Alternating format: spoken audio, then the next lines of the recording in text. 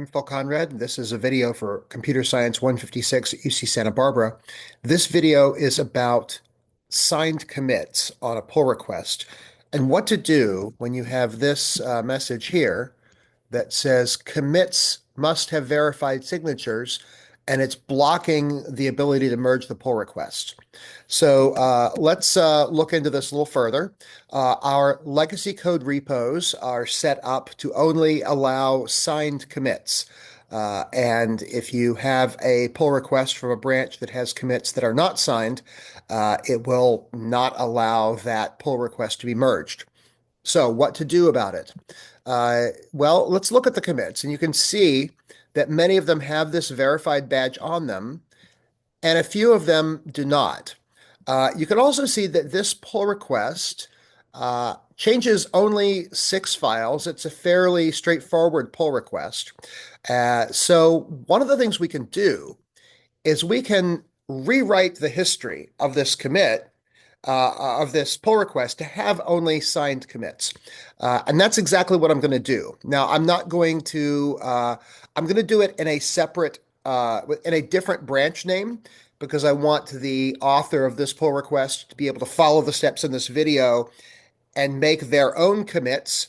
When I do this, it's going to take away the authorship of these commits and make those commits be authored under my name. So I'm not going to do that for this particular branch, but the steps I take other than making a separate branch would be exactly the same for the author of this pull request to be able to solve it for themselves. So let's dive in.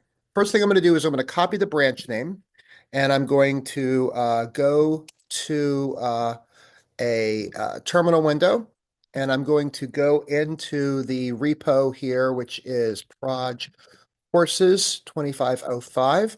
Let me make this window bigger so the font will be easier to read on the video. All right, so you can now see, hopefully I've got the command line here. I'm inside the repo. And the first thing I'm going to do is I'm going to do a get fetch origin. Now, what get fetch does, it is different from get pull. Get pull actually impacts the branch you are on. Get fetch does not impact any of the branches that you're on or any of the code. It merely updates Git's local state in the local copy of the repo on your computer so that each of the branch pointers is updated to the value that it has on GitHub. So origin refers to the original repo that you cloned, and you can see what get fetch does is it makes sure that all of the local branches are in sync with the branches at origin, which is GitHub. So now that I've done that, I copied the branch name from here, and I'm going to get checkout that particular branch name. So there it is. And what I'm going to do is I'm going to do a get log, and we'll see that as I do this get log, we see all the commits. And at some point, we go back far enough, we will actually see branch main here. So everything above this is all of the commits that are part of this repo. And what we can do is by doing a git reset on the branch, we can essentially undo all of these commits. But as long as we don't say git reset minus minus hard, if we say git reset minus minus soft, then it will leave the file system alone. So all of the changes that we have in the branch will still be there. We just won't have the commit history. And then we can rewrite the branch with, hopefully, signed commits. Now, what I'm about to do assumes that you have taken the steps to set up signed commits. There has been a programming assignment. In this particular quarter, it's JPA 05. In a different quarter, it could have a different number. But there was some programming assignment where you set up your computer for signed commits. What I'm about to show you assumes that you already did that on your computer. Otherwise, it's a kind of a meaningless exercise, at least if the goal is to get signed commits. So let's assume that that is done.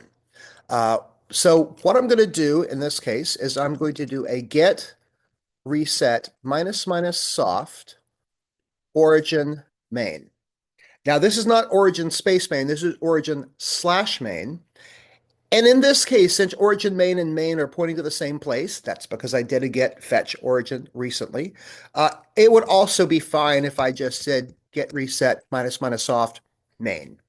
I could actually use any SHA, the name of any branch. The point is, I'm going to reset where I am in history back to that place in top place in the commit history. But the minus minus soft means all of the changes in the files are still going to be there. So when I do this, and then I do a get status, what you see is I now have all of these files, and these are exactly the six files that are named in the pull request. What I can do is now decide, I can also do just a get reset without the minus minus soft. And what that does is similar, but instead of everything being green, everything is red. And in this case, that's probably a better idea, because now what I can do is I can add these files all at once or in three batches in order to set up commits for this branch. So if I want there to be separate commits, I could do, for example, the following. I could say get add front end source fixtures, and then I could do a get commit minus M PC. I'm going to do PCAQ because this is not really my code. It's code that somebody else wrote. So I'm writing the commit, but AQ is actually the author of the code. So PCAQ, and then add fixtures for GE search. That might be a reasonable commit message.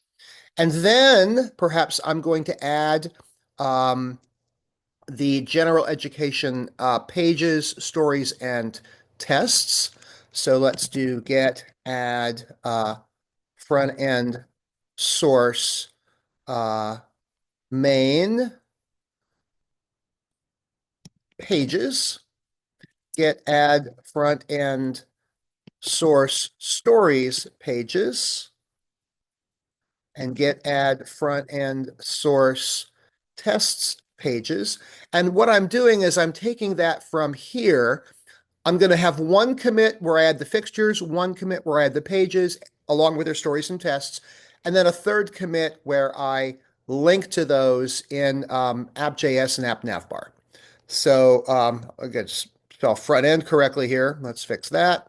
Front end, get status, and then I'll do a get commit minus M PCAQ, add page, and these are placeholder pages. So I will say placeholder pages for the front end for GEs.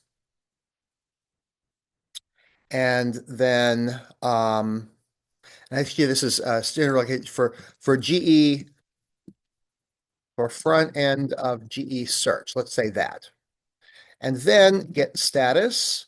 I'll say get add. And if you want to see what these commits do, you can do get diff, and it will show you.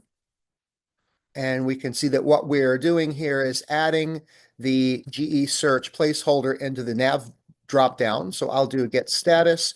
And since we're down to just these two files, I just do get add dot, and then I get status, and then get commit minus M PCAQ, add GE search to navbar, and then get status. Now, at this point, if I were to do this, get push origin, and the branch name here is this one, minus F, this force push would make this new commit history the commit history on that branch. That's what I would do if I were actually the author of this pull request and I wanted to fix things. So if you're the author of that pull request watching, that's what you should do at this point. What I'm going to do instead is I'm going to do a get checkout minus B, and I am going to add my initials to the name of this branch. And since this is now a new branch, it could be a separate pull request. And you could do that, or you could do it to the original branch and have the original pull request. First time you do this is probably a good idea to just do it on this other branch. And then make a new pull request. Just that way the old one stays there as a safety. You can copy the description over, all of that. But now if I do get push origin and then this branch name, because this is a new branch, I don't think I'll even need the force push. I would now be able to make a new pull request, and I'm just going to do open, copy that link, and say, and I'll make this a draft pull request. This is a draft PR that shows how to resolve the signed commits issue on a complicated branch. It does so by doing these steps, and I'll just note them. Get fetch origin, get checkout, and let's just do a history here. We need to do a longer history. Get let's see, history minus 100. See the last 100 commands. That's what that does, history minus 100. And you can see here is where we did get checkout on the branch name. Then we did get reset main. And then do this to undo the commits, but leave all the changes in place.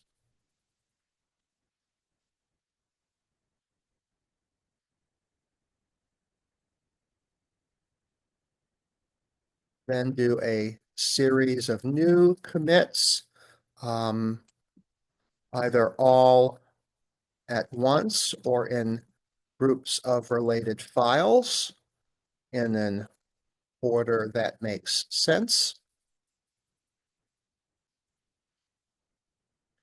Then push to the branch, creating a new one or not as you see fit. All right, so I will create that pull request. And what you'll see is that the changes to the files are exactly the same as in the original pull request. This is the original pull request that had was blocking for verified signatures. And you can see in the commit history that some of the commits don't have verified signatures. However, on this new one, if we look at the commits, they all have verified signatures. What's also nice about this, and in many organizations, they want you to do this. The commit history of the original one had 20 commits. It sort of went back and forth this way, that way.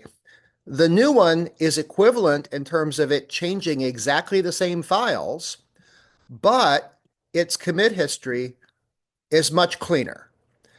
And now there are different schools of thought about this. This is a rewriting of history. In fact, the work was done in 20 commits that went this way and that way and the other way. But this commit history is going to be a lot easier for future developers to read. So this is what's preferred by a lot of shops. We don't enforce that yet in this course. But now, if you want to develop that skill, now you know how. All right, hopefully this is helpful. If you have any questions, feel free to follow up through. If you're actually enrolled in the course now, please follow up through the normal channels on the course Slack, because we don't necessarily monitor the comments on YouTube. If you're just stumbling across this video, then feel free to follow up in the comments. Thanks for watching.